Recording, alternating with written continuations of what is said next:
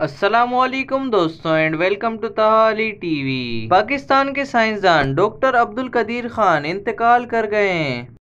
اللہ اکبر۔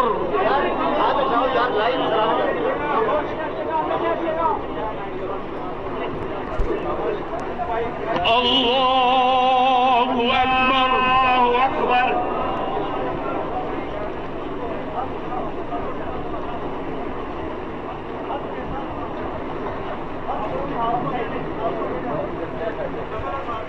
اللہ اکبر۔ اللہ اکبر۔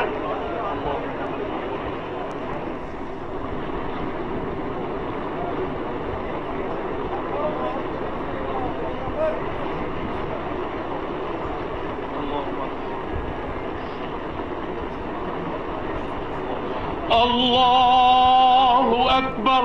اللہ اکبر۔ السلام علیکم ورحمۃ اللہ۔ السلام علیکم ورحمۃ اللہ۔ ربنا تقبل منا انك انت السميع العليم وتب علينا انك انت التواب الرحيم آمين وصلى الله تعالى وسلم على النبي الكريم۔ الحمدللہ۔ دوستوں، پاکستان کا شمار دنیا کے طاقتور ترین ممالک میں ہوتا ہے اور پاکستان ان 7 ممالک میں شمار ہوتا ہے جن کے پاس ایٹمی طاقت موجود ہے۔ آج میں آپ کو اس شخصیت کے بارے میں بتانے جاؤں گا پاکستان کی دفاع کو ناقابل تذکیر بنا کر پاکستان کو دنیا کی طاقتور ترین ممالک کی صف میں لا کھڑا کیا ہے۔ یہ کارنامہ جنہوں نے سر انجام دیا ہے ان کا نام ڈاکٹر عبدالقدیر خان ہے۔ آج میں آپ کو ان کی زندگی کے بارے میں بتانے جاؤں گا، تو دوستوں ویڈیو کو پورا ضرور دیکھیے گا، اسکپ مت کیجیے گا۔ اگر ابھی تک آپ نے ہمارے چینل طه علی ٹی وی کو سبسکرائب نہیں کیا تو سبسکرائب کر دیں اور بیل آئیکن پر بھی کلک کر دیں تاکہ ہماری آنے والی ہر ویڈیو کو نوٹیفیکیشن آپ تک بآسانی پہنچ سکے۔ تو چلیے اس ویڈیو کو اسٹارٹ کرتے ہیں۔ ڈاکٹر عبدالقدیر خان وہ پاکستانی سائنسدان ہیں جنہوں نے پاکستان کو ایٹمی طاقت بنا کر پوری دنیا میں پاکستان کا نام روشن کیا ہے۔ اسی لیے ڈاکٹر عبدالقدیر خان کو محسن پاکستان کا لقب دیا گیا۔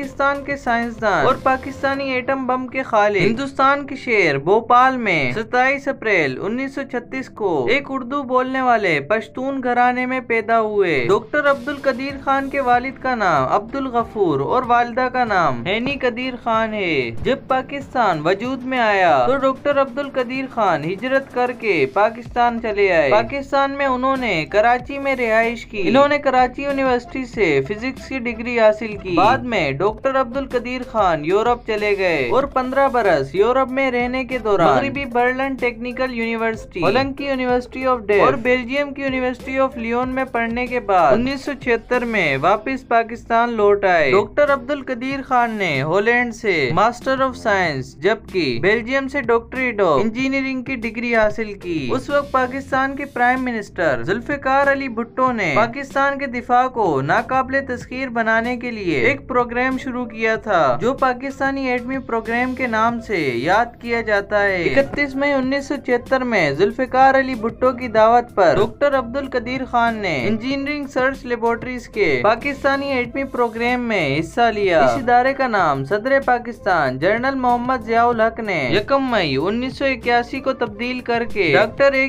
خان ریسرچ لیبارٹری رکھ دیا۔ یہ ادارہ پاکستان میں یورینیم کے افزودگی میں مایہ مقام رکھتا ہے۔ ڈاکٹر عبدالقدیر خان نے نومبر 2000 میں اس نامی درسگاہ کی بنیاد رکھی۔ ڈاکٹر عبدالقدیر خان پر ہالینڈ کی حکومت نے غلطی سے اہم معلومات چرانے کے الزام میں مقدمہ دائر کیا، لیکن ہالینڈ، بیلجیم، برطانیہ اور جرمنی کے پروفیسروں نے جب ان الزامات کا جائزہ لیا تو انہوں نے ڈاکٹر عبدالقدیر خان کو بری کرنے کی سفارش کی اور کہا کہ جن معلومات کو چرانے کی بنا پر مقدمہ دائر کیا گیا ہے وہ عام کتابوں میں بھی موجود ہے۔ اس کے بعد ہالینڈ کی عدالت عالیہ نے ڈاکٹر عبدالقدیر خان کو باعزت بری کر دیا۔ ڈاکٹر عبدالقدیر خان وہ مایہ سائنسدان ہیں جنہوں نے 8 سال کے انتہائی قلیل عرصے میں انتھک محنت اور لگن کے ساتھ ایٹمی پلانٹ نصب کر کے دنیا کے جانے مانے نوبل انعام یافتہ سائنسدانوں کو حیران کر دیا۔ 1998 تک ڈاکٹر عبدالقدیر خان ایٹمی ہتھیار بنا چکے تھے، بس صرف تجربے کی دیر تھی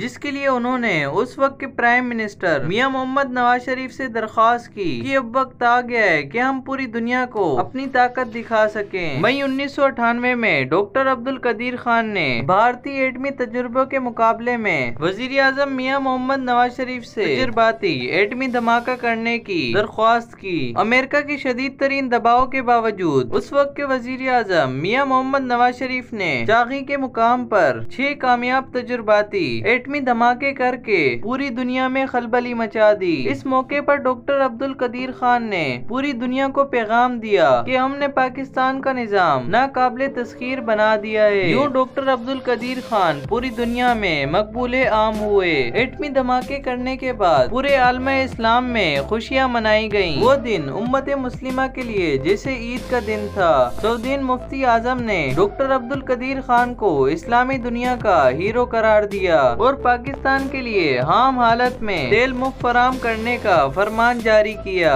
اس کے بعد سے پاکستان کو سعودی عرب کی اجازت سے عام تیل مفت فراہم کیا جاتا رہا۔ اسلامی ممالک کی یہ خوشی مغربی دنیا کو راز نہ آئی اور انہوں نے پروپیگنڈا کے طور پر پاکستانی ایٹم بم کو اسلامی بم کا نام دیا، جسے ڈاکٹر عبدالقدیر خان نے باخوشی قبول کر لیا۔ پاکستان کے سابق صدر اور chief executive retire general Pervez Musharraf کے دور میں ڈاکٹر عبدالقدیر خان پر ایٹمی مواد دوسرے ممالک کو فراہم کرنے کا الزام لگا کر نظر بند کر دیا گیا۔ انہوں نے کچھ عرصے تک نظر بندی کی زندگی گزاری۔ انہوں نے 150 سے زائد سائنسی تحقیقاتی مضامین بھی لکھے ہیں۔ 1993 میں کراچی یونیورسٹی نے ڈاکٹر عبدالقدیر خان کو ڈاکٹر آف سائنس کی ڈگری سے بھی نوازا۔ 14 اگست 1996 میں صدر پاکستان فاروق لغاری نے ان کو پاکستان کا سب سے بڑا سول اعزاز نشان امتیاز دیا، جبکہ 1989 میں ہلال امتیاز کا تمغہ بھی ان کو